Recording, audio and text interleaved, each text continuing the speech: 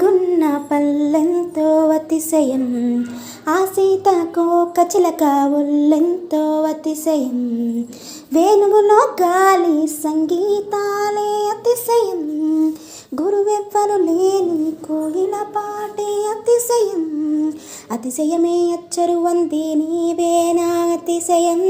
ఈ వాసన లేని పూమలపై సువాసన కలిగిన పూలున్నాయి, పూల వాసన అతిశయమే.